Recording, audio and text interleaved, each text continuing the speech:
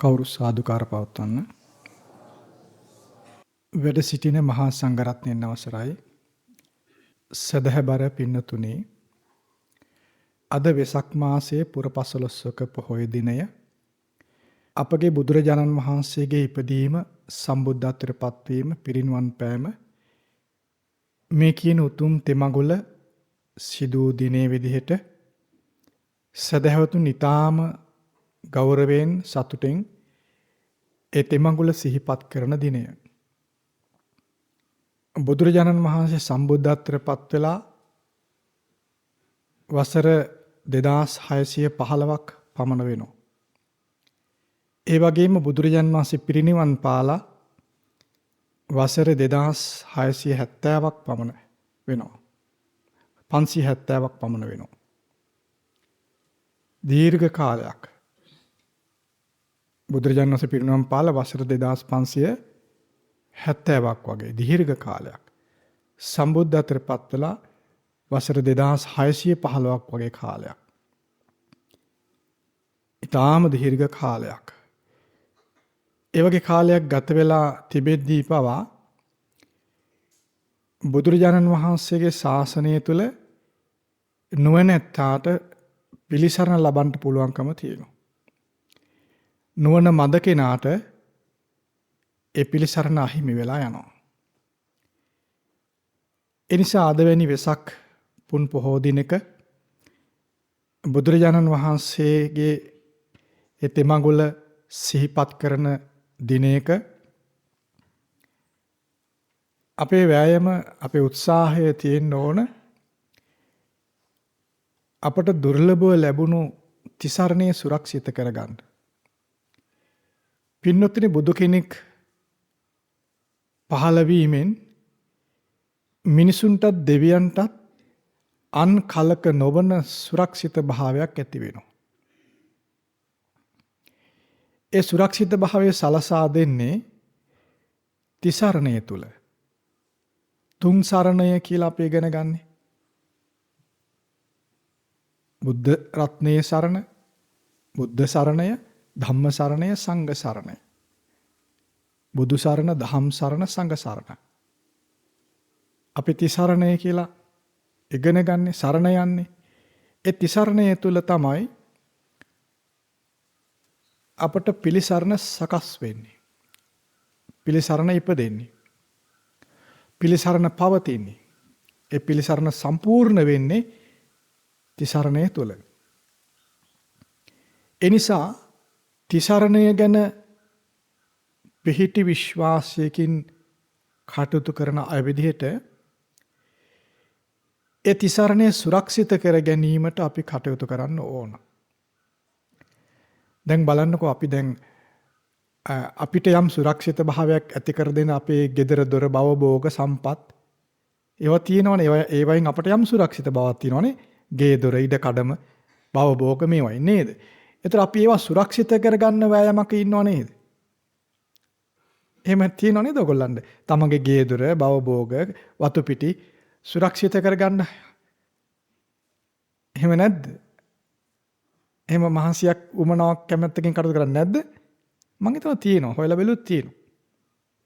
මක් නිසාද අපට එයින් උදව්වක්, පිළිසරණක් තියෙනවා කියලා හිතනවනේ?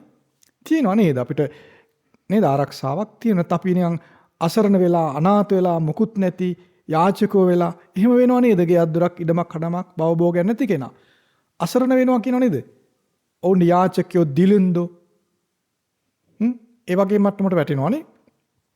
ඒ නිසා පැලක් තිබුණත් පැල රැකගන්න එයා උනන්දු වෙනව නේද? එහෙම තියෙනවා. මං හිතන එහෙම තියෙනවා කියලා. සාමාන්‍යයෙන් ඒ වගේ නිතර තමන්ගේ වත්කම්, තමන්ගේ සම්පත් රැකගන්න උත්සාහ කරන අය ඒ උත්සාහයන් වඩාත් බලවත් කරගන්නවා. විපතක් වෙනවා. අපිනු කුණාටුවක් වෙනවා. සුලිසුලඟක් වෙනවා. නේද? සමහර වෙලාවට මේ වහලේ උළු පවා ගැලවෙන විදිහට සුලං එනවනේ. නේද? එතකොට අපි අර ඒ අපේ වත්කම් සම්පත් රැකගන්න ගන්න උනන්දු උත්සාහය අපි අතහරලා දානවද? ඔන්න ඔය හුළඟට පළච්චාවේ කියලා නිකන් ඉන්නද? හුළඟට ගියක ගේව අපි මහා පාරේ ඉන්නවා කියලා හිතනවද? එහෙම නෑ නේද? අපි අපේ වත්කම් රැකගන්න, සුරක්ෂිත කරගන්න උත්සාහයක් ගන්නව නේද? සාමාන්‍ය දිනයට වඩා වැඩිපුර උත්සාහ කරනු කොයි කාලෙද වත්කම් රැකගන්න? අර්බුද කාලෙදනේ නේද? වහලේ අකරන් ටික ගලවිලා යයිද කියලා වැඩි උනන්දුවක් ගන්නෙ හුලං වෙනකොට නේද? නේද? ඒ වගේ තිසරණේ රැකගන්න අපි නිතර උනන්දු වෙන්න ඕන, උත්සාහ කරන්න ඕන. ඒ උත්සාහය අපි හොඳින් පවත්ව ගන්න ඕන අර්බුද කාලෙදී. ශාසනය සම්බන්ධයෙන් කලින් කලට අර්බුද ඇති වෙනවා. ඒක මේ ලෝක ස්වභාවය. බුදුරජාණන් වහන්සේ පහළ වෙලා නොබෝ කලකින් වසරකටත් වඩා අඩු කලකින් ශාසනය සම්බන්ධ අර්බුද ඇති වෙන්න ගත්තා. බුදුරජාණන් වහන්සේට ඇතම් අය චෝදනා කළා මේ තරුණ අය මහාන කරනවා, දරුගැබ නැති කරනවා, පවුල් කඩාකප්පල් කරනවා, වෙනත් අයගේ ගෝලියෝ මහාන කරනවා, මේ ආදී වශයෙන් චෝදනා ඇති වුණා. ඉන්පසු අනේක විද ගැහැට අර්බුද ප්‍රශ්න බුදුරජාණන් වහන්සේ වැඩ සිටිද්දීම ශාසනය තුල සිද්ධ වුණා. ඒ වයින් ඇතම් ප්‍රවෘත්ති ගොඩාක් අය දන්නවා. ඒව මම මතක් කරන්න යනව නෙමෙයි. බුදුරජාණන් වහන්සේ පිරිනිවන් පෑවට පස්සෙත් ශාසනය තුල නොයෙකුත් අර්බුද බාහිර සහ අභ්‍යන්තර අනේක ප්‍රකාර අර්බුද හටගත්තා. ඒ අතරින් සිව්පසේ නැතිවීම, සිව්පසේ තියෙද්දී නොලැබීම, නිന്ദා අපහාස ආදී අනේක ප්‍රකාර අර්බුද ශාසනය තුල හටගත්තා. මිහිඳු මහ රහතන් වහන්සේ වැඩම කරලා ලංකාවේ ශාසනය පිහිටවන කාලය වෙනකොට ඉන්දියාව තුල ශාසනය තුල ඇතිවෙච්ච අර්බුද අනේක ප්‍රකාරයි. අනේක ප්‍රකාර අර්බුද හටගෙන ඒ අර්බුද බලවත් වෙච්ච කලක තමයි ධර්මාශෝක රජු ඉදිරිපත් වෙලා ශාසන ප්‍රතිශෝධනයක් තුන්වෙනි වතාවට කළේ. එකල පළවෙනි ධර්ම සංගායනාව, දෙවෙනි ධර්ම සංගායනාව, තුන්වෙනි ධර්ම සංගායනාව කියලා සංගායනා තුනක් පැවැත්වුවා ඉන්දියාවේ. බුදුරජාන් වහන්සේ පිරිනවම් පාලා මාස 3ක් ඇතුළත පළමු ධර්ම සංගායනාව පැවැත්වුවා. ඒ ශාසන අර්බුදයක නිමිති පහළ වෙනකොට මහා කාශ්‍යප මහරහතන් වහන්සේ දේශනා කරනවා අධර්මවාදීන් බලවත් වෙන්න කලින් ධර්මවාදීන් බලවත් වෙන්න ඕන. අවිනය බලවත් වෙන්න කලින් විනය බලවත් වෙන්න ඕන. ඔය ආදි වශයෙන් සඳහන් කරමින් පළවෙනි ධර්ම සංගායනාව පවත්වනවා. පළමු ධර්ම සංගායනාවෙන් යලි අනාගතයේ ශාසන අර්බුද හට ගන්නවා නම් ඒ ශාසන අර්බුද ව්‍යර්ථ වීම පිණිස, ඒවා පිරිසිදු කර ගැනීම පිණිස, ශාසන අර්බුද වලින් මුළුමනින් ශාසනය අතුරුදහන් වීම වැළැක්වීම පිණිස බුදුරජාන් වහන්සේ වදාළ ධර්ම විනය සියල්ල සංග්‍රහ කළා. ඒ විදිහට එහි ප්‍රතිඵලයක් විදිහට මිහිඳු මහරහතන් වහන්සේ ලක්දිවට ශාසනය දායාද කරලා ලංකාවේ ලාංකිකයන් පැවිදි කරලා ලංකාවේ මහා රහතන් වහන්සේලා බිහි වෙලා බුද්ධ ශාසනයේ කේන්ද්‍රස්ථානයේ ලංකාව බවට පත් වුණා. ඉන් නොබෝ කලක් ඇතුළතම ඉන්දියාවෙන් බුද්ධ ශාසනය ශේෂ වෙලා ගිහිල්ලා අද වෙනකොට ඊටාම අවශේෂ බවට පත් වෙලා තියෙනවා ඉන්දියාව. නමුත් ලංකාව කේන්ද්‍ර කරගනිමින් හටගත්තේ ශාසනය අද වෙනකොට බුරුමය, තායිලන්තය ආදී රටවල බහුල වශයෙන් තිබෙන අතර යුරෝපාකරයේ රටවල් දක්වා පැතිරිලා සම්බුද්ධ ශාසනය තාම හොඳින් තිබෙනවා. ලංකාවේ ඊටාම යහපත් ශාසනය තිබුණා වුණත් කලින් කලට විවිධාකාර අර්බුද හැමේ ශාසනයේ බිඳ වැටීම ඇති වුණා. යම් කලකදී ශාසනයේ උපසම්පදා භික්ෂූන් මුළුමනින් ලංකාවේ නැති වෙලා ගියා. ඉන්පසු පිණ්ඩපාතික අසරණ සරණ සංඝරාජ නායක හාමුදුරන්ගේ අප්‍රමාණ කැපකිරීමෙන් යලි ලංකාවේ උපසම්පදාව පිහිටවලා මේ දක්වාත් බුදු සසුන ඉතා හොඳින් තිබෙන විදිහට ලංකාවේ බුද්ධ ශාසනය චිරස්ථිතිය ඇති වෙලා තිබෙනවා. නමුත් මේ කාල පරිච්ඡේදය තුල පවා ඒ කාල පරිච්ඡේදය තුල පවා විවිධ අර්බුද විවිධ ප්‍රශ්න ඇති වෙනවා. නමුත් මේ ප්‍රශ්න මොනවා තිබුණත් ශාසනය තාමත් හොඳින් ශක්තිමත්ව තියෙන බව පේනවා. නමුත් අපි තේරුම් ගත යුතු දේ තමයි මම අර කලින් කිව්වා වගේ සුලං හමද්දි කුණාටු හමද්දි තමන්ගේ වහලේ උළු කැටේ හරි පරිස්සම් කරගන්න නුවණැත්ත කල්පනා කරනවා. මක් නිසාද ඒක තමන්ට පිළිසරණ පිණිස පවතින සම්පත නිසා. ඒ වගේ ශාසනය රැකගන්නට සිවණක් ශ්‍රාවක පිරිස උත්සාහ කළ යුතුයි. ශ්‍රාවකයන් කිව්වහම භික්ෂු භික්ෂුණී උපාසක උපාසිකා සිවණක් පිරිස. යම් අර්බුදයක් හටගත්තොත් ඒ සිවණක් පිරිස කෙරෙහි මේක බලපානවා. යම් අර්බුදයක් නිසා ශාසනයට හානි වෙද්ද ශාසනය අතුරුදහන් වීමට මඟ පෑදෙද්ද ඒක සිවණක් පිරිසට වර්තමාන නොවේ වැඩිම අයහපත වෙන්නේ අනාගත පිරිසට. වර්තමාන පිරිස යාන්තමට හෝ සේයාවක්වත් දැකලා තියෙනවා ශාසනය. වර්තමානයේ ඉන්න අය කුඩා පැටියන් පවා කුඩා පැටව් පවා ශාසනය දැකලා තිනවා යාන්තම් හරි. අනාගතයේ ශාසනයේ සේයාවක්වත් නොදකින කාලයක් පැමිණුණොත් එකලට උපදින අයට සැබෑ සුරක්ෂිත බව නැති වෙනවා. බුදුරජාණන් වහන්සේ පෙන්වා දෙනවා මිනිස්සුන්ට බයක් තැති ගැනීමක් ඇති වුනහම මිනිස්සු ගස්ගල් සරණ යනවා කියලා. ආරණ්‍ය වනපෙත් චෛත්‍ය සරණ යනවා කියලා. බයක් ඇති වුනහම තැති ගැනීමක් වුනහම. ඒතර බුදුරජාණන් පෙන්වා දෙනවා ඒක සැබෑ නිර්භය භාවය නෙමෙයි. සැබෑ නිර්භය භාවයේ පිණිස වන සරණ නෙමෙයි. ඒ ගස්ගල් වනාන්තර ආරණ්‍ය චෛත්‍ය ආදී සරණ යෑම සැබෑ පිළිසරණ රැකවරණය නෙමෙයි කියනවා. නේතං සරණං khේමං ඒක නියම ආරක්ෂාව පිණිස වන සරණක් නෙමෙයි කියනවා. භාගතුන් වහන්සේ පහළ වුණාට පස්සේ තිසරණේ ලෝකයේ බිහි වුණාට පස්සේ එතෙන් පටන් මිනිස්සුන්ට දෙවියන්ට නිවැරදි සැබෑ පිළිසරණ රැකවරණය ඉපදිනවා. ඒ රැකවරණය තිසරණේ විදියට හඳුන්වන්නේ. තිසරණ සරණ. අපි කුඩා කල පටන් තිසරණයේ සරණ යනවනේ නේද? ඒ තිසරණ සරණ යෑමේ අර්ථය අපි දැනගන්න ඕන. තිසරණය කියන්නේ මොකද්ද? තිසරණේ තිබෙන රැකවරණය මොකද්ද? ඒක අපි පිහිටව ගන්නෙ කොහොමද? එයින් අපට තිබෙන පිහිට මොකද්ද කියලා අපට දැනෙන්න ඕන, දැනගන්න ඕන, තේරුම් ගන්න ඕන. එහෙම නැත්නම් අපි කුඩා කාලේ නම් බුද්ධං සරණං ගච්ඡාමි, ධම්මං සරණං ගච්ඡාමි, සංඝං සරණං ගච්ඡාමි ආදි වශයෙන් කියනවා.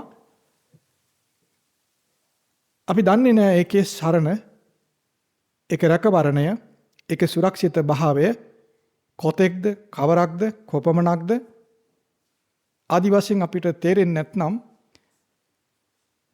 අපි අර ජන ව්‍යවහාරයේ එන ගිර වගේ සිද්ධියට අපිත් ගොදුරු වෙනවා. නේද? මිනිස්සු එහෙම කියනවා ගිරව් කියන්නේ වගේ කියලා. අපි එහෙම වෙන්න ඕනේ නැහැ.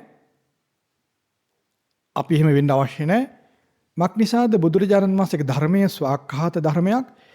ඒ ස්වාක්ඛාත ධර්මයේ තුල තිසරණයේ පිළිසරණ කුමක්ද? කොහොමද ඒක ඇති කරගන්නේ? ආදි වශයෙන් පෙන්නනවා. එනිසා තිසරණය ලෝකේ පවතින කලක ඒ තිසරණය තමාටත් එහි රැකවරණය ඇති කරගෙන තමාගේ අනාගත වර්ගයා වෙනුවෙන් ඒ පිළිසරණ ලැබෙන ශාසනය සුරක්ෂිත කිරීම සත්පුරුෂ ගති ඇතියාගේ කටයුත්තක් වගකීමක් බවට පත් වෙනවා. එනිසා කලින් කලට ශාසනය තුළ විවිධාකාර අර්බුද හට ගන්නාසේ මෙකලත් ඒ බඳුම අර්බුද තියෙනවා. හැම කාලෙම තියෙනවා. හැම කාලෙම කෙරවලක හරි තියෙනවා අර්බුද. කලින් කලට ඒවා පැතිරෙනවා, අඩු වැඩි වෙනවා. ඒවයින් හානි වෙනවා. අර ගිනි වගේ. ගෙවල් වල මුල්ලේ තියෙන ගින්න පස්සේ ලන්දර අහුවෙලා මුළු කැල අක්කර ගණන් පිච්චිලා සමහර සතුත් මැරලා මිසුත් මැරලා හානිත් වෙන්නේ.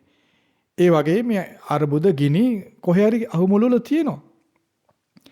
කලින් කලට ඒවට පොහොර ඇවිල්ලා පැතිරෙලාත් යනවා. ඉතින් ඒ වගේ මේ කාලෙත් ශාසනය සම්බන්ධ අර්බුද තියෙනවා. ගැටලු තියෙනවා, ප්‍රශ්න තියෙනවා. සුලිසුලන් හමද්දි තමන්ගේ වහලේ උළු කැටේ හරි බේරගන්න බලන නුවණැත්තා වගේ අර්බුදයක් හටගනිද්දී අපි අපේ රැකවරණය, තිසරණය, අපේ තිසරණ සරණ සුරක්ෂිත කර නොගත්තොත් අර්බුදය තුරන් වී යනකොට අපි පිළිසරණක් නැති අනාථීන් බවට පත් වෙනවා. අපේ අනාථ භාවය අපෙන් අවසන් නොවි අපේ අනාගත වර්ගයාට අපි උපදවා දුන් දෙයක් බවට පත් වෙනවා. එතකොට අපි බරපතල වරදක් කරගත් අය බවට පත් වෙනවා. ඒ නිසා අපි අපේ තිසරණය සුරක්ෂිත කරගන්න උත්සාහ කරන්න ඕන. පින්වතුනි, තිසරණය කියන්නේ බුදුන් සරණ යෑම, දහම් සරණ යෑම, සංඝුන් සරණ යෑම. යමෙක් බුදුන් සරණ යද්ද, දහම් සරණ යද්ද, සංඝුන් සරණ යද්ද, එයින්ම ඔහු තිසරණයේ පිහිටනවා. ඔහු ශ්‍රාවකත්වයට පැමිණෙනවා. බුදුරජාන් වහන්සේගේ ශ්‍රාවකත්වයට පැමිණීමට එය හොඳටම ප්‍රමාණවත්. තිසරණය සම්පූර්ණ නොවුණු බුදුන් දහම් සංඝුන් පමණක් බුදුන් දහම් පමණක් තිබුණ කලකත් සරණ ගියා හිටියා. දැන් බුදුරජාන් වහන්සේ මුලින්ම සරණ ගියේ කවුද? සුජාතා සිට දෙවෙනි සුජාතාව. එයට අග්‍රස්ථානයක් ලැබුණා මුලින්ම බුදුන් සරණ ගිය කෙනා කියලා. බුදුන් දහම් සරණ ගියේ කවුද මුලින්ම?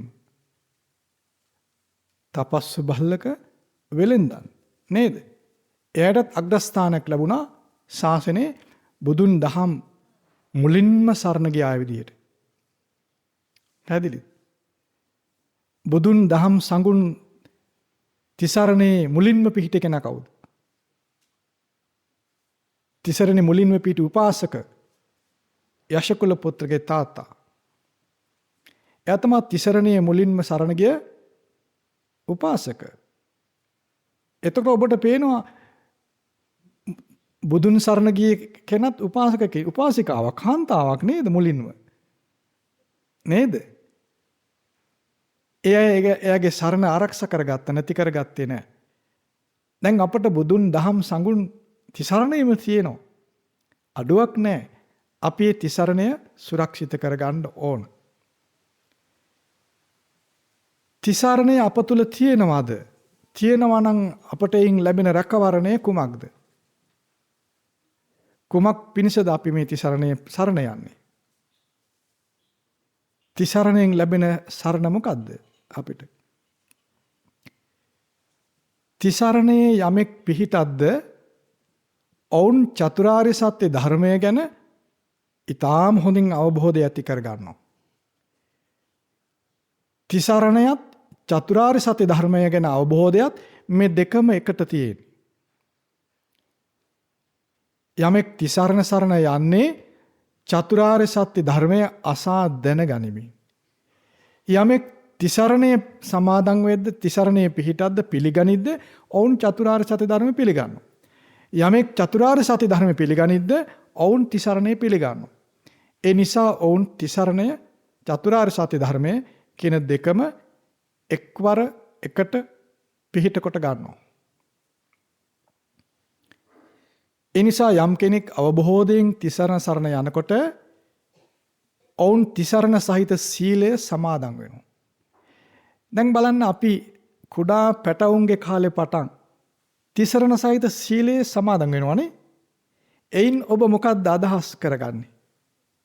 දැන් මේ වයස වෙනකොට තිසරණ සහිත සීලය සමාදන් වූ අවස්ථා කීයක් ඇද්ද?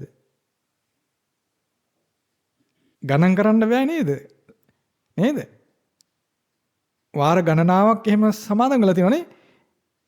ඔබ දන්නවද තිසරණ සහිත සීලය සමාදන් වෙද්දී එතන තිසරණයත් චතුරාර්ය සත්‍යයත් දෙකම තියෙනවා කියලා.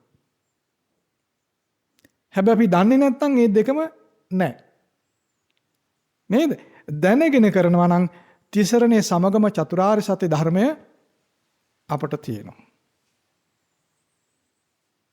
පැහැදිලි? යමෙක් තිසරණ සහිත සීලය සමාදන් වෙනකොට සීලය අයිති වෙන්නේ මොකටද? සීලය කියන්නේ හතරවෙනි ආර්ය සත්‍යය. සීලය අයිති වෙන්නේ මොකටද? හතරවෙනි ආර්ය සත්‍යයට. හතරවෙනි ආර්ය සත්‍ය කියන්නේ මොකද්ද? දුක්ඛ නිරෝධ ගාමිනී පටිපදා ආර්ය සත්‍යය. දුක්ඛ නිරෝධ ගාමිනී පටිපදා ආර්ය සත්‍යය නැත්නම් මධ්‍යම ප්‍රතිපදාව අංග 8කින් යුක්ත මාර්ගයක්. සම්මා දිට්ඨි, සම්මා සංකප්ප, සම්මා වාචා, සම්මා කම්මන්ත, සම්මා ආජීව, සම්මා වායාම, සම්මා සති, සම්මා සමාධි කියන අංග 8න් යුක්තයි. ඒ අංග 8 අපිට තේරුම් ගන්න දුෂ්කර නිසා සහ ඒ අංග 8 එකපාරට අපට උපදව ගන්න බෑ. ඒ අංග 8 යම් ධර්මයන්හි අනුග්‍රහයෙන් තමයි සංග්‍රහ වෙන්නේ. ඒ ධර්මයන් තමයි සීල, සමාධි, ප්‍රඥා කියන්නේ. සීලය කිව්වහම සීලය සීලස්කන්ධය, සමාධි ස්කන්ධය, පඤ්ඤා ස්කන්ධය. ඒතර ස්කන්ධයන් තුන මුල් වෙලා තමයි ආර්ය අෂ්ටාංගික මාර්ගයේ අප තුළ පිහිටන්නේ. ඒ සීලස්කන්ධය අප තුළ පටන් ගන්නෙ පංචශීලයෙන්. ප්‍රාණඝාතයෙන් වැළකීම, සොරකමින් වැළකීම, වැරදි කාමසෙනෙන් වැළකීම, බොරුවෙන් වැළකීම, මද්ද්‍රව්‍ය භාවිතයෙන් වැළකීම. ඒ සිල්පද ආරක්ෂා කරනකොට ආරක්ෂා කරන්නේ කුමක් පිණිසද? වරදින් මිදෙන්න. වරදින් මිදෙන්න. ඇයි වරදින් මිදෙන්නේ? වරද තමාටත් අනුන්ටත් දුක් සහිතයි, පීඩා සහිතයි, විපත සහිතයි. ඒ දුක් විපාක මෙලවටත් පරලොවටත් තියෙනවා.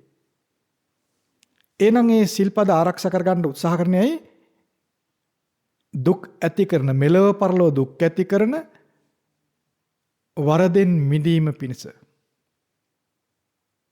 ඒතර දුකෙන් නිදහස් වීම පිණිස සිල් ආරක්ෂා කරනවා. නේද? ඒතර දුක තියෙනවා, දුකේ හට ගැනීම තියෙනවා, දුකේ නැතිවීම තියෙනවා, දුක නැතින මාර්ගය තියෙනවා. ආර්ය සත්‍ය හතරම තියෙනවා. යම් කෙනෙක් අවබෝධයෙන් තිසරණ සහිත පංචශීලයේ සමාදන් වෙද්ද ඔවුන් තිසරණයත් චතුරාර්ය සත්‍ය ධර්මයත් ඒ දෙකම ඔවුන් තුළ තිබෙනවා. යෝච බුද්ධංච ධම්මංච සංඝංච සරණං ගතෝ චත්තාරි අරිය සත්‍යානි සම්මප්පඤ්ඤාය පස්සති කියන. යමෙක් බුදුන්ද දහම්ද සංඝුන්ද සරණ යද්ද, සරණේ පිහිටද්ද, චතුරාර්ය සත්‍ය ධර්මය ඊටා හොඳින් දකි. ඒතර ඒ විදිහට යම් කෙනෙක් බුදුන් දහම් සංඝුන් සරණ යන්නේ චතුරාර්ය සත්‍ය ධර්මය අහලා. අපි පුංචි කාලේ එච්චර හපංකමක් නැති වෙන්න පුළුවන්. නමුත් චතුරාර්ය සත්‍ය ධර්මයේ යාන්තම් හෝ පෙන්නලා තමයි අම්මා තාත්තා අපි තිසරණේ පිහිටවන්නේ. ඒක නෑ කියන්නේ ඔයගොල්ලෝ කාටවත් බෑ. අපේ අම්මා තාත්තා, ඔයගොල්ලන්ගේ අම්මලා තාත්තලා අපට බුදුන් දහම් සංඝුන් කෙරෙහි අපි පිහිටවනවා. ඒ වගේම තමයි අපි පාපයෙන් මුදවනවා. පව් කරන්න එපා කියනවා. සතුන් මරන්න එපා කියනවා. හොරකම් කරන්න එපා කියනවා. බොරු කියන්න එපා කියනවා. එහෙම කියලා නැද්ද? ඔයගොල්ලන්ගේ අම්මා තාත්තා ඔයගොල්ලන්ට කියලා නැද්ද? කියලා තියෙනව නේද? සමහරට ගහලත් ඇතිනේ. පව් කරන්න එපා, බොරු කියන්න එපා. නේද? අපායයි කියලා නේද? කියනව නේද? කියලා ඇති නැති වෙන්න බෑ. ඕගොල්ලෝ අම්මා තාත්තා විදිහට ඔයගොල්ලන්ගේ ළමයින්ටත් ඒක කරනවා. නේද? එහෙනම් බෞද්ධ පවුල්වල ළමයි දෙමව්පියන් වන කල්යාණ මිත්‍රයින්ගෙන් තිසරණ සහිත සීලය ඒ සීල දායාදේ, තිසරණ සහිත සීලය කියන දායාදේ ලබන අය. බොහෝම පොඩි කාලේ අපට ඒක ලැබෙන්නේ. ඒ ගැන අපිට ලොකු අවබෝධයක් නැති වෙන්න පුළුවන්. ඒක හැටි. පුංචි කාලේ ඒ වයසට සමානෝනේ අපිට හැම දෙයක්ම තේරෙන්නේ. නේද? වයස මෝරද්දී තමයි අපේ තේරුම් බේරුම්කම වැඩි වෙන්නේ. දැන් මේ ගම්මානේ ඉපදුන කෙනා මේ කන්දෙන් එහාට ලෝකේ නෑ කියලා ඒ කාලේ හිතුවේ. පස්සේ අපේ අම්මා තාත්තගේ අතේලිලා කන්දෙන් එහා පැත්තට ගියාම අපිට තන ආලෝකේ තියෙනවා කියලා. වයසත් එක්ක ඒක. නේද? ඒ වගේ තමයි අපි පුංචි කාලේ අම්මා තාත්තා බය කාලේ පව් කරන්න එපා කියනවා අපිට. අපායයි පව් කරන්න එපා කියලා. නේද? ඒ අපායයි පව් කරන්න එපා කියලා කියන්නේ ඇයි ඒ? මොකක් නිසාද? අපාය ගියාම දුක් විඳින්න වෙනවා. ඒක අම්මා තාත්තා දන්නවා. අපාය ගියාම දුක් විඳින්න වෙනවා. ඒ දුකෙන් මිදීම පිණිස සිල් ආරක්ෂා කරවන්නයි අපට සිල් බිඳින්න එපා කියලා කියන්නේ. බලන්න පුංචි කාලේ නම් අපිට ඒ රැකවරණය ලැබුණා. අපි දැනුම් තේරුම් තියෙනකොට අපි ටික ටික බණ අහලා මේක ඉගෙන ගන්නවා. ඒතර අපිට ලැබෙන අවස්ථාවස අපේ උනන්දුව මත අපේ කාලය ගොඩක් දීර්ඝ වෙන්න පුළුවන්. සමහර අය ඉස්කෝලේ යන කාලෙම ඉගෙන ගන්නවා. සමහර අය ටිකක් තරුණ කාලෙදී ඉගෙන ගන්නවා. සමහර වයසට ගිහින් තමයි බණක් තේරුම් ගන්න. මොකද කෙනෙක්ගේ උනන්දුව උත්සාහය ඇහුම්කන් දීම බලපානවා. නේද? ඕගොල්ලෝනත් ඇහුම්කන් දුන්නේ නැත්තම් මේ කියන එක තේරෙන්නේ නැහැ. ඕගොල්ලෝ අහගෙන හිටියොත් දැම්මම තේරෙනවා මේක. ධර්මය කියන්නේ තරම්ම පහසු දෙයක්. අහන් හිටියේ නැත්තම් ජීවිත කාලෙම අහන් හිටියත් ඇහුම්කන් දුන්නේ නැත්තම් තේරෙන්නේ නැහැ. දැන් ඕගොල්ලෝ බලන්නකෝ පුංචි කාලේ ඉඳන් තිසරණ සහිත සීලයේ පිහිටියා. සිල් සමාදන් වුණා. එතන තිසරණයත් ආර්ය සත්‍ය හතරත් තියෙනවා කියලා ඔයගොල්ලන්ට කල්පනා වුණාද කියලා මන් දන්නේ නැහැ වුණාද කියලා. දැන් හැබැයි තේරෙන්න ඕනේ නේද? ඈ? නේද? දැන් ඔබ පිළිගන්න ඕන යමෙක් තිසරණය සරණ යද්ද ඔවුන් ආර්ය සත්‍ය ඊටා හොඳින් දකිනවා. මේ විදිහට බුදුරජාණන් වහන්සේ පෙන්වා දෙනවා. ඒතර තිසරණේ සරණ යන්නේ යමෙක් තිසරණ සරණ පිහිටන්නේ කොහොමද? එක්ක ඔහු බුදුරජාණන් වහන්සේ ගැන අහන්න ලැබෙන ඔහුට. කොහොමද අහන්න ලැබෙන්නේ? බුදුරජාණන් වහන්සේ ගැන අරහං සම්මා සම්බුද්ධ කෙනෙක් කියලා බුදුරජාණන් වහන්සේගේ ගුණ විදිහට අහන්න ලැබෙනවා යම් කෙනෙකුට. බුදුරජාණන් වහන්සේ අරහං සම්මා සම්බුද්ධයි, විජ්ජාචන සම්පන්නයි, සුගතයි, ලෝකවිදු මේ ආදි වශයෙන් බුදුගුණ අහන්න ලැබෙනවා. ඒ බුදුගුණ තේරුම් ගන්න යම් කෙනෙක් තේරුම් ගන්නවා බුදුරජාණන් වහන්සේ කාන්තෙන් ආර්ය සත්‍ය අවබෝධ කරගෙන පාරිශුද්ධ ජීවිතය ඇති කරගෙන දුකෙන් මිදුණු කෙනෙක් කියලා ඔහු තේරුම් ගන්නවා. එimhe තේරුම් ගන්නේ ඇයි? අරහං සම්මා සම්බුද්ධ කියලා කියන්නේ චතුරාර්ය සත්‍ය ධර්මය අවබෝධ කළ නිසා. බුදුරජාණන් වහන්සේ චතුරාර්ය සත්‍ය ධර්මය මනවින් අවබෝධ කළ නිසා අරහං සම්මා සම්බුද්ධයි කියලා කියනවා. එතකොට චතුරාර්ය සත්‍ය ධර්මය අවබෝධ කිරීමෙන් රාග දේශ මොහ ආදී සියල්ල යලි හට නොගන්නා පරිදි නිරුද්ධ වී යෑම නිසා බුදුරජාණන් වහන්සේ පාරිශුද්ධ ජීවිතය උන්වහන්සේට තියෙනවා. උන්වහන්සේ රහතන් වහන්සේ නමක්. ඒ වගේම තමයි මේ ලෝකේ අවබෝධ කළ යුතු සියල්ල ගැන අවබෝධ ඥානය තිබෙනවා. ඒතර යම් කෙනෙක් බුදුරජාණන් වහන්සේ ගැන මෙබඳු ගුණ තියෙන කෙනෙක්, මේ වගේ අවබෝධයෙන් යුක්ත කෙනෙක් කියලා යම් කෙනෙක් අහලා ඉගෙන ගත්තොත්, ඒ බුදුරජාණන් වහන්සේගේ අවබෝධය පිළිගත්තොත්, ඔවුන් තිසරණේ පිහිටනවා බුදුරජාණන් වහන්සේ කාන්තෙන් අරහං සම්මා සම්බුද්ධයි කියලා. ඒ විදිහට තිසරණේ පිහිටන කෙනා ඒ තිසරණේ පිළිගැනීම සමගම ඔවුන් ආර්ය සත්‍ය පිළිගන්නවා. ඇයි සම්බුදුවරයෙක් බිහි වෙන්නේ ආර්ය සත්‍ය අවබෝධයෙන්? ආර්ය සත්‍ය ගැන අවබෝධයෙන් තොරව සම්මා සම්බුදුරජාණන් වහන්සේ නමක් ලෝකයට පහළ වෙන්නේ නැහැ. ඒතර යම් කෙනෙක් බුදුගුණ ගැන අහමින්, ඒ ගැන විමසා දැනගනිමින්, බුදුගුණ ගැන පහදිමින් බුදුරජාණන් වහන්සේ සරණ යද්ද ඔවුන් ඒ සමගම චතුරාර්ය සත්‍ය ධර්මය ගැන ඉතා හොඳින් දකින අය බවට පත් වෙනවා. ඒ වගේම තමයි යම් කෙනෙක් චතුරාර්ය සත්‍ය ධර්ම ඉගෙන ගන්නවා. ඕන ඉගෙන ගන්නවා දුක්ඛාර්ය සත්‍ය, දුක්ඛ සමුදය ආර්ය සත්‍ය, දුක්ඛ නිරෝධාර්ය සත්‍ය, දුක්ඛ නිරෝධ ගාමිනී ආර්ය සත්‍ය මේ චතුරාර්ය සත්‍ය ධර්මය ඉගෙන ගන්නවා යම් කෙනෙක්. ඉගෙනගෙන ඔවුන්ට දැනගන්න ලැබෙනවා මේ චතුරාර්ය සත්‍ය ධර්මය බුදුරජාණන් වහන්සේ දේශනා කළ දෙයක්. බුදුරජාණන් වහන්සේ මේ චතුරාර්ය සත්‍ය ධර්මය අවබෝධ කර ගනිමින් තමයි සම්බුද්ධත්වයට පත් වුනේ. බුදුරජාණන් වහන්සේ සම්බුද්ධත්වයට පත් වෙලා මේ චතුරාර්ය සත්‍ය දේශනා කරන්න පෙර මේ ලෝකයේ කොතනකවත් චතුරාර්ය සත්‍ය ධර්මය අහන්ට ලැබුණේ නැහැ. බුදු කෙනෙක් පහළ වීමෙන් පමණමයි චතුරාර්ය සත්‍ය ධර්මය අහන්ට ලැබෙන්නේ. ඒ චතුරාර්ය සත්‍ය ධර්මය අවබෝධ කර ගැනීමෙන් සියලු දුකෙන් නිදහස් වෙන්න පුළුවන්. මෙලවදීම ඒ දුක් වලින් නිදහස් වෙන්න පුළුවන්. දුකෙන් නිදහස් වීම නිසා අප්‍රමාණ සැපතටපත් වෙන්න පුළුවන්. සැපවත් ජීවිතය ඇති කරගන්න පුළුවන්. මෙලවම ඒ සැප සහිත ජීවිතය ගත කරන්න පුළුවන්. ඒ නිසා ප්‍රමාද නොවි කළ යුතු එකම දේ චතුරාර්ය සත්‍ය අවබෝධ කර ගැනීම. අන් කුමක් ප්‍රමාද වුණත් ආර්ය සත්‍ය අවබෝධයේ ප්‍රමාද නොකළ යුතුයි. මක් නිසාද ආර්ය සත්‍ය අවබෝධයෙන් සැප සහිත ජීවිතය ඇති වෙනවා. ආර්ය සත්‍ය අවබෝධයට ප්‍රමාද වීමෙන් යලි දුක් සහිත ලෝකයට වැටෙනවා. මේ විදිහට ආර්ය සත්‍ය අවබෝධය ගැන දැනගන්න කෙනා ආර්ය සත්‍ය ගැන අවබෝධය සමගම ආර්ය සත්‍ය අවබෝධ කළ බුදුරජාණන් වහන්සේ ගැන ඒ ධර්මයේ තුලින් පහදින. දැන් ඔබට තේරෙනවද යමෙක් තිසරණ සරණ යද්ද ඔවුන්නේ තිසරණේ ගුණ බුදුරජාණන් වහන්සේගේ ධර්ම රත්නයේ සංඝ රත්නයේ ගුණ ඒ ගුණ විදිහට ඉගෙන ගනිද්ද තේරුම් ගනිද්ද අවබෝධ කර ගනිද්ද ඒ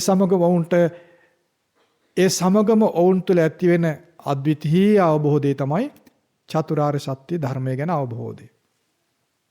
තිසරණය ගැන අවබෝධයත් සමග චතුරාර්ය සත්‍ය ධර්මය ගැන අවබෝධය නොවී තියෙන්න බෑ. මක් නිසාද තිසරණයයි චතුරාර්ය සත්‍ය ධර්මයයි එකිනෙකට වෙන් කරන්න පුළුවන් වෙනම පවතින දෙයක් නොවේ. තිසරණය කියන්නේ චතුරාර්ය සත්‍ය ධර්මයමයි. චතුරාර්ය සත්‍ය ධර්මයෙන් තොර බුදුවරු ධර්මය සංඝ රත්නය පහළ වීමක් වෙන්නේ නැහැ. බලන්න චතුරාර්ය සත්‍ය ධර්මය අවබෝධ කිරීමෙන් සම්මා සම්බුදුරජාණන් වහන්සේ පහළ වුණා. බුද්ධත්වයට පත් වුණා. ඒ බුදුරජාණන් වහන්සේ චතුරාර්ය සත්‍ය ධර්මයේ දේශනා කළා. ඒ චතුරාර්ය සත්‍ය ධර්මය අවබෝධ කරගෙන සංඝ රත්නය බිහි වුණා.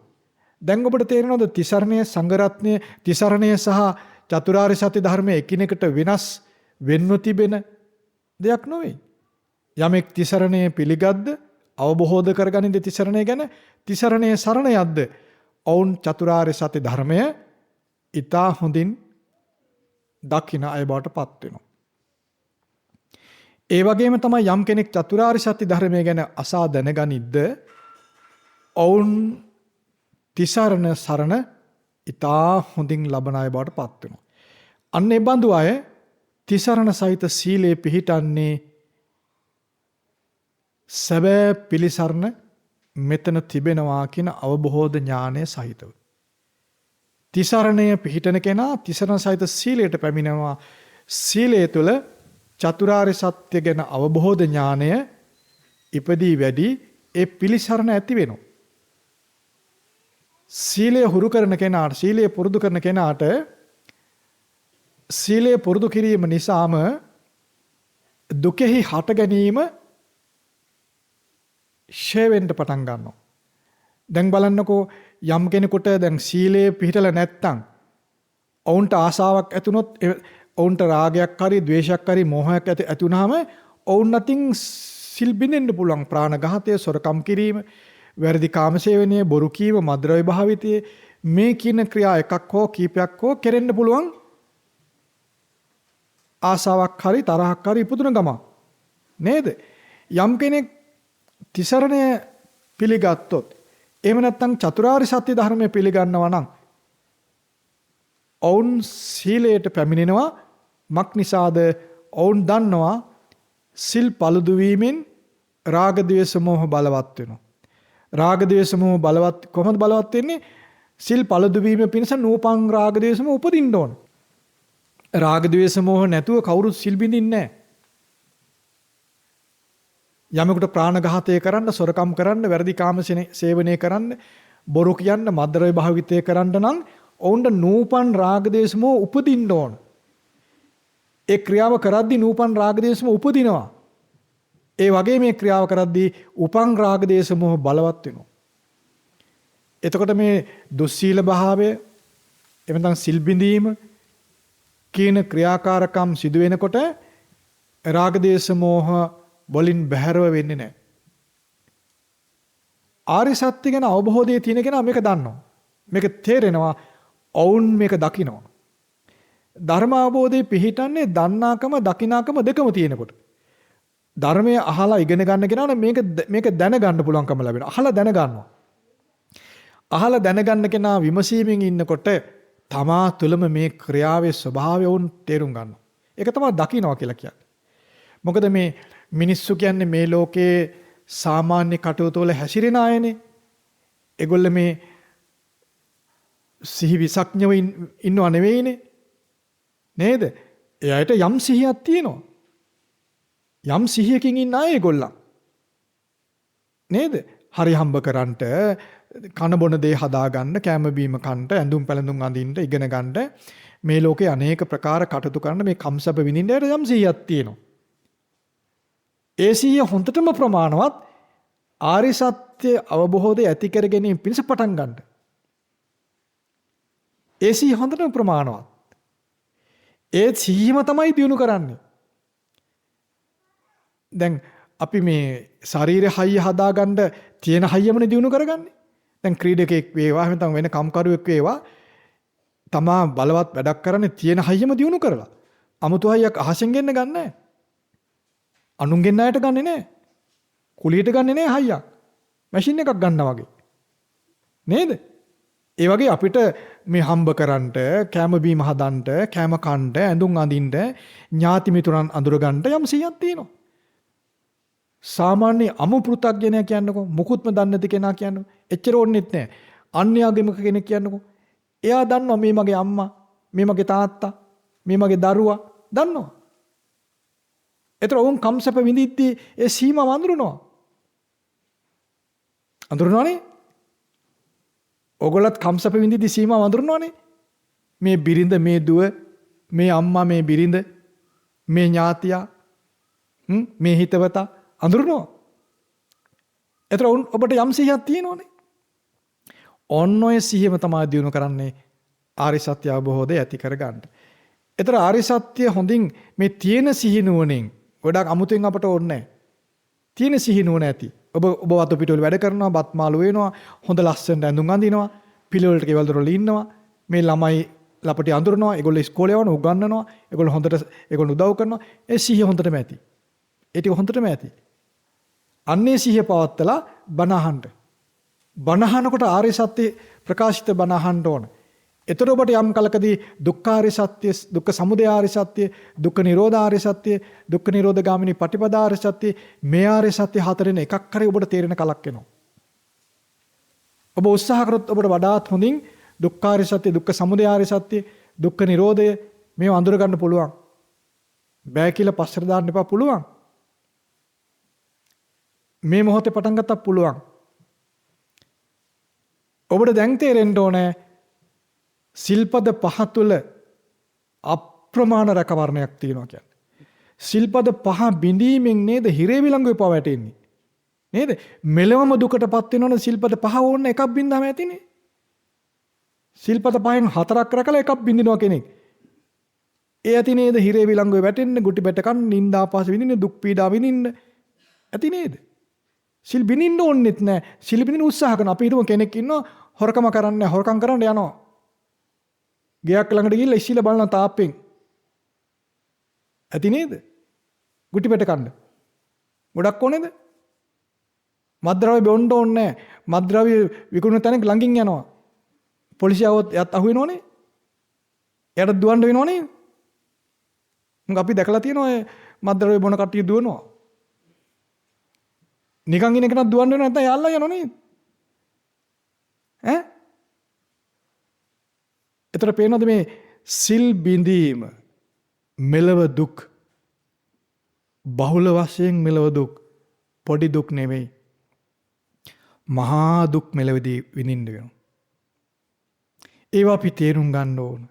ඒවා තේරුම් ගන්න ඔබට ඔය තියෙන සිහිය හොඳටම ඇති. ඔච්චර ඕනෙන්නෙත් නැහැ.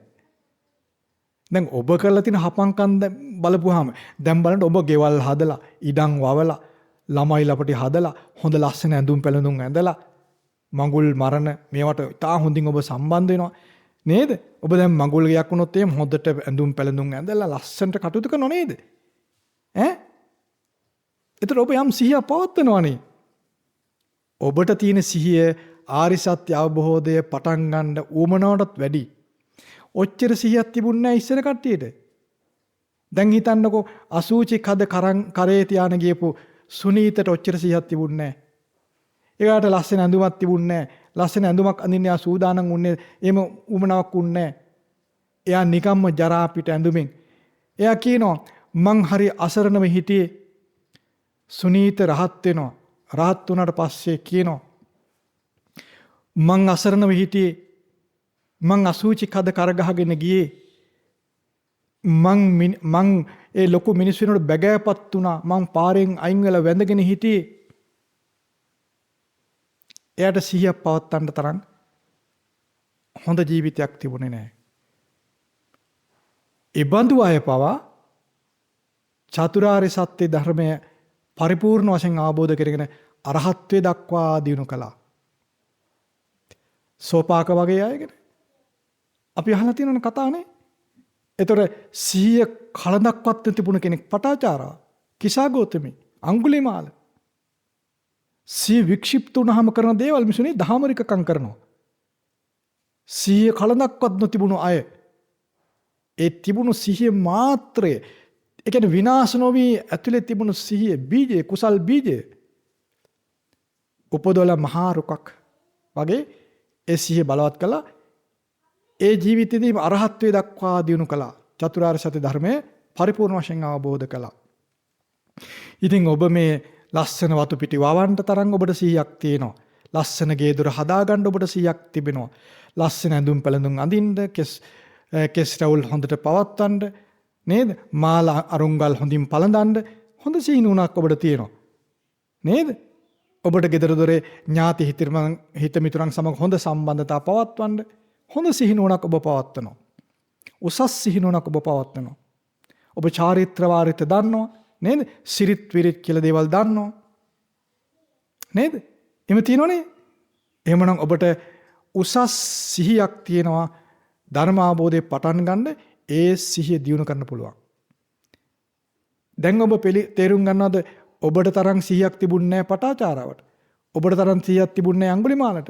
ඔබට තරම් සිහියක් තිබුණේ නැහැ සුනීත සෝපාකට, කිසා ගෞතමීට.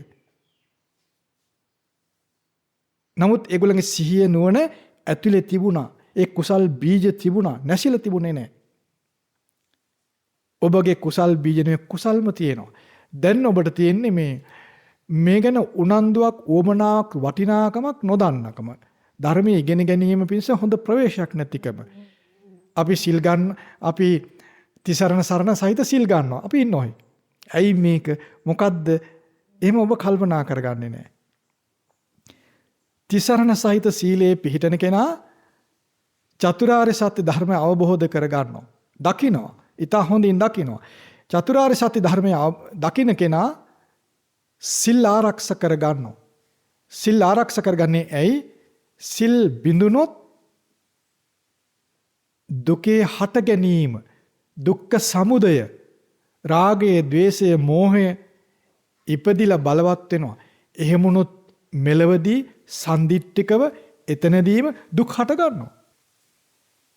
හොරකමට හිතපු ගමන් බය ඇති වෙනව නේද? සිල්පද බිඳින්න ගත්ත ගමන් බය ඇති වෙනවා, තති ගැනීම ඇති වෙනවා. සන්දිට්ඨිකව දුක ඇති වෙනවා. ආර්ය සත්‍ය දන්න කෙනාට ඒක තේරෙනවා. Taman තුල දකිනවා.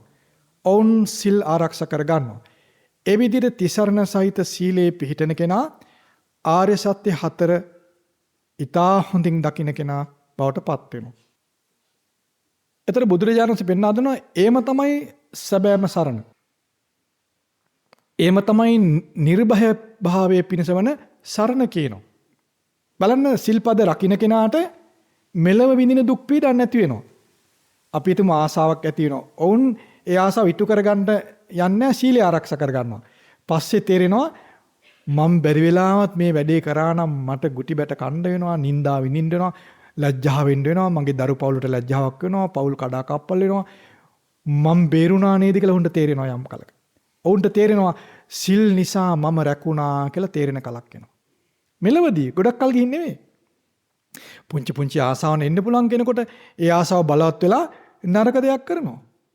ධර්මයේ දන්න කෙනා පුංචි ආසාවක් එනොත් ඒක අයින් කරනවා. සීලය ගැන මතක් කරගෙන මම සීලය රැක ගන්නවා, සීලය බිඳගන්නේ නැහැ. බිඳගත්තොත් මට මහ විපතක් වෙනවා. මගේ ළමයි ලපටින්ට මේක නින්දාවක්, හිංසාවක්, දුකක්, පීඩාවක්, අපිට අවනම්බුවක්. ඒක අපිට ගැලපෙන්නේ නැහැ කියලා සිල්පද රැක ගන්නවා ධර්මයේ දන්න කෙනා. මොනවද රැක ගන්න සිල්පද? ප්‍රාණඝාතයෙන් වැළකීම, සොරකමින් වැළකීම, මද්ද්‍රව්‍ය භාවිතෙන් වැළකීම, මේ ආදී සිල්පද. වැරදි කාමයෙන් වැළකීම, බොරු කීමෙන් වැළකීම. මේ සිල්පද රැකගන්නේ තමන්ගේ දරු පවුලේ ගෞරවය, නම්බුව මේව ගැන කල්පනා කරලා. නේද? ඒ ගෞරවයේ නම්බුව සැප සහිත එකක්ද, දුක් සහිත එකක්ද? ඒක සැප සහිත එකක්. අවනම්බුව ඒක දුක් සහිත එකක්. නේද? සිල්පද බිඳීමෙන් ඉපදෙන එකක් අවනම්බුව. නින්දාව ඒක දුක් සහිතයි නේද? දැන් සමහරුන මුම් බේබද්දෝ ඔවුන්ගේ ගෙදරින් ළමයෙක්වත් ගන්න හොඳ නැහැ කියන මිනිස්සු ඉන්නවනේ. ඔවුන් සල්ලාලයෝ ළඟින් යන්න හොඳ නැහැ. එහෙම නින්දා කරන සමහර අය නේ. ඒතරක සැපයිද? දුක් සහිතයි නේද? සමහරුන්ට කියනවා මේ මිනිස්සු ඒගොල්ල හරිය හොඳ කට්ටිය. ඒ පවුලේ කිසි කෙනෙක් නරක දේ කරන්නේ නැහැ. කිසි කෙනෙක් කන බොන මිනිස්සු නෙවෙයි හොඳ කට්ටිය. එහෙම තියනවද නින්දා ප්‍රශංසා දෙක දොලනේ නේද සමහර තැන්වල? ඒතර ඔබට තේරෙනවද මේ නින්දාව ප්‍රශංසාව වගේ පවා දුක්? ඒ දුකෙන් මිදෙනවා සිල් රැකීමෙන්. ඉතින් එතනින් ඉවර වෙන්නේ නැහැනේ දුක කියන එක නේද?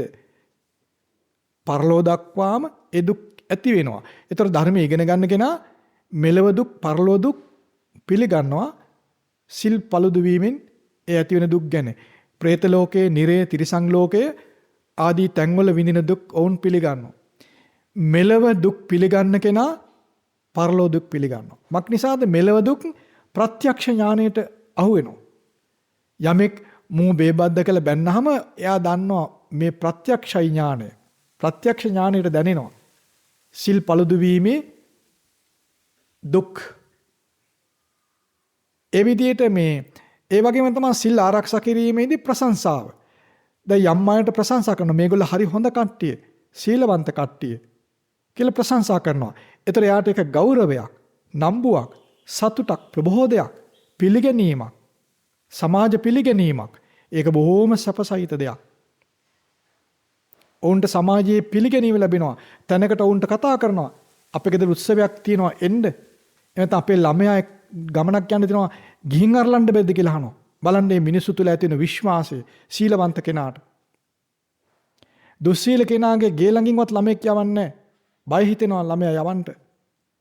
බලන්න සීලවන්ත භාවයේ ආනිසංසයේ කොයිතරම් සැපසහිත විපාක ඇති කරනවද කියලා. ඉතින් ඔබ ආස නැද්ද ඒ සැපසහිත විපාකය ඔබ උපදව ගන්නා සැප විපාකය ඔබටත් ඔබේ පවුලටත් ඒක ගමටමත් ලැබෙන එකක්.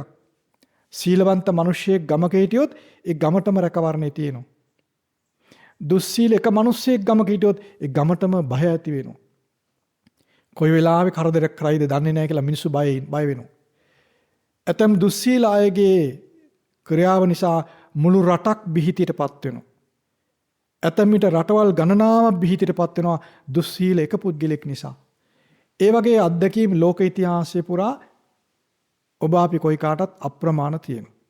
ගෙවල් මට්ටමේ සිට ගෙවල් ඇතුලේ සිට මුළු ලෝකයේ දක්වාම මේ දුස්සීල භාවය නිසා මිනිසුන්ට ඇති වෙන බිය තැති ගැනීම ගැන ඒ අත්දැකීම් ඔබ කොයි කාටත් අප කාටත් තියෙනවා.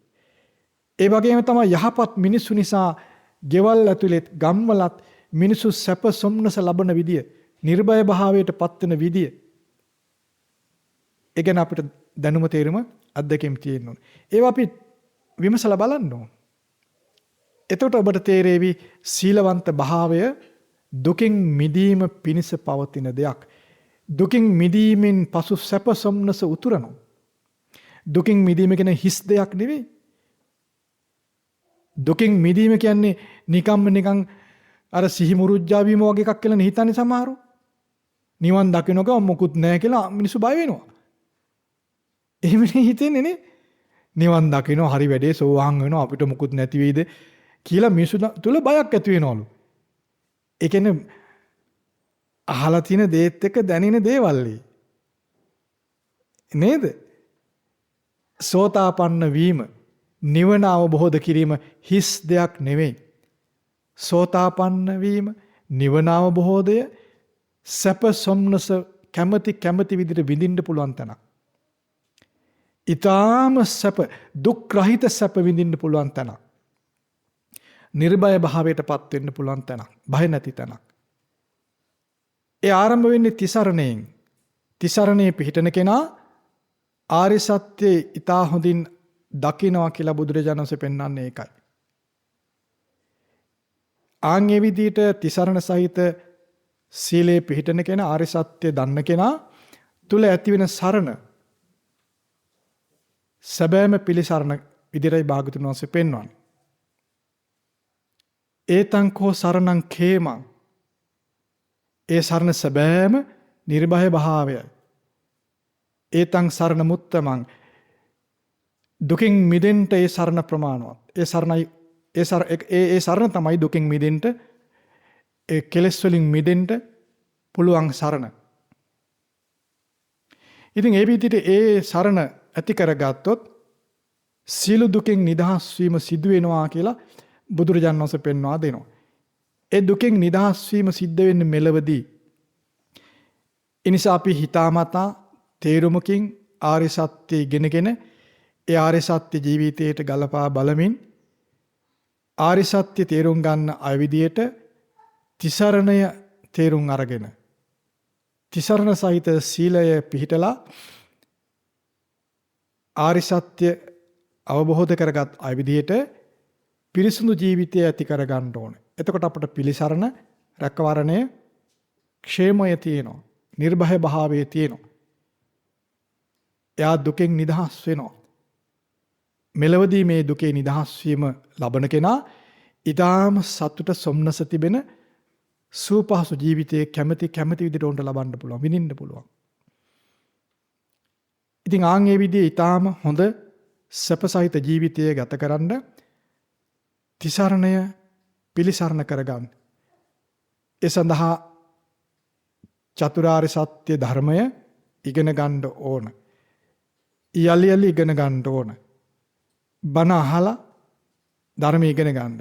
ඉතින් යලිත් ආර්ය සත්‍ය ප්‍රකාශිත බණ අහනකොට අපිට ඒ ධර්මය තේරුම් ගන්න, පිළිගන්න පුළුවන්කම ලැබෙනවා. බැරි වෙන්නේ නැහැ. ඒ විදිහේ ධර්මයේ ඉගෙන ගන්න කෙනා අවබෝධයෙන් තිසරණ සහිත සීලය සමාදන් වෙන්නේ තමාගේ පිළිසරණ මෙතර තිබෙනවා කියන වැටහීමෙන්. ඒ වැටහීමෙන් යුක්තව එක වතාවක් සිල් සමාදන් වුණත් ඒක ලොකු රැකවරණයක් බවට පත් වෙනවා. ඉතින් අපිට මේ ජීවිතේ පුරා අවස්ථා කීයක් පුළුවන්ද සිල් සමාදන් වෙන්නේ? තිසරණ සහිත මේ වන විටත් ඔබ දැනුවත්ව නොදැනුවත්ව පොඩි කාලේ නම් අපි තිසරණ සහිත සීලය අවස්ථා ගණනාවක් සමාදන් වුණා. ඒක අපිට දැනුම නැති වුණත් අපට එයින් තිබුණ රැකවරණයක්. අපි අම්මා තාත්තා කියන දේ යාලා හරින් වැරදි දේ නොකර හිටියා. නේද? නීතියට බය හරි වැරදි දේ නොකර හිටියා. දැන් අපිට පුළුවන් අවබෝධයෙන් වැරදි දේ නොකර ඉන්න. ඒ නිසා මෙතෙන් පටන් හෝ අද වෙසක් දිනේදී බුදුරජාණන් වහන්සේ ගෞරවයෙන් සිහිපත් කරන දිනේදී තිසරණය හොඳින් පිහිටවගෙන තිසරණ සහිත සීලය තුල තමන්ගේ රැකවරණය අවබෝධ කරගෙන වටිනා ජීවිතය ඇති කරගන්න. අපි සෙත්පතනවා මේ කොයි කාටත් අද උතුම් වෙසක් පුන් පොහෝ දිනය බුදුරජාණන් වහන්සේගේ තෙමඟුල සිහිපත් කරන දිනය. මේ උතුම් දිනේදී බුදුරජාණන් වහන්සේ කෙරෙහි අප්‍රමාණ ගෞරවයෙන් යුක්තව බුදුරජාණන් වහන්සේ අපට දායාද කර දුන් ඒ උතුම් පිළිසරණ හොඳින් උපදවලා රැකවරණය සලසා ගන්නට සිළු දෙනාටම වාසනාව උදා වේවා.